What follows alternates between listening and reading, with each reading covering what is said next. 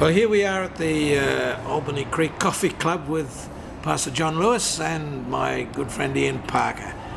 John, we've got some interesting questions for you. Would you care to ask the first question, Ian? Okay, the Bible gives us a number of great examples of guys that finished the race well, some that didn't.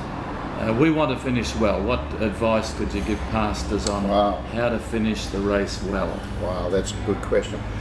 I guess taking my own experiences, how come I've hung on for as long as I have, I've always believed that when Jesus was asked the question, what is the greatest commandment of all?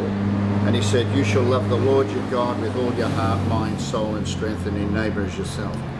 I reckon that's my target of life. I reckon my targeted goal is to love God with all of my heart, mind, soul and strength.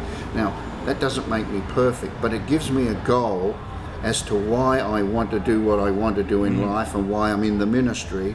It's not about a good vocation, but it's about pleasing God with all of my heart, mind and soul and strength. So I'd say that has been my philosophy of life.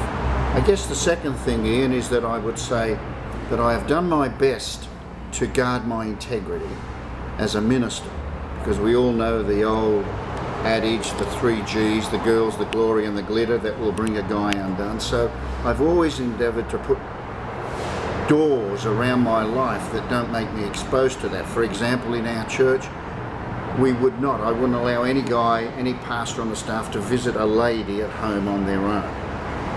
I could not sign any cheque. I had no access to money. All I could do is countersign a cheque. And thirdly, I have always made myself accountable to my elders. I think accountability keeps integrity in place. And I read a little saying the other day. It said, without accountability, we will not change. And I reckon that that's the truth. Accountability will make you make the changes you need to make. So that's a couple of things I thought about. The other thing that I think is very important is your own personal devotional life. I reckon if you can keep authenticity about being a minister, when I stand up there Sunday morning, I want to know that what I have has come from the Word of God. It's life to me, not something I pinch from somebody else or read in a book. And I'm not against in any way being influenced by others, but I like to think that when I give the Word of God, it's authentically something God's spoken to my heart, and I call that the fresh manna. I reckon that's one of the things that's always excited me about preaching. This is real to me. This will be real to my people. The other great thing that I reckon that I have become more and more aware of as I get older and older is the need for balance in your life. That in your youthfulness, often we become obsessive about our call and our ministry.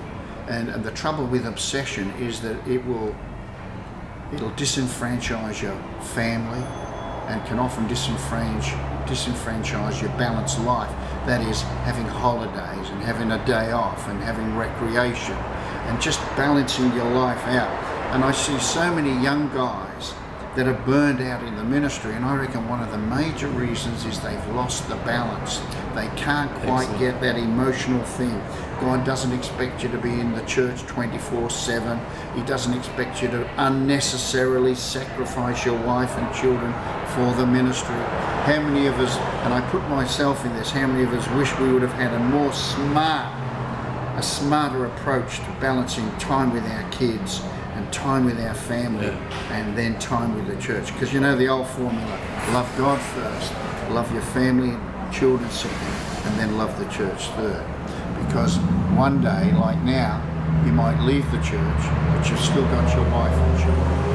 It's best to invest in that in a balanced way.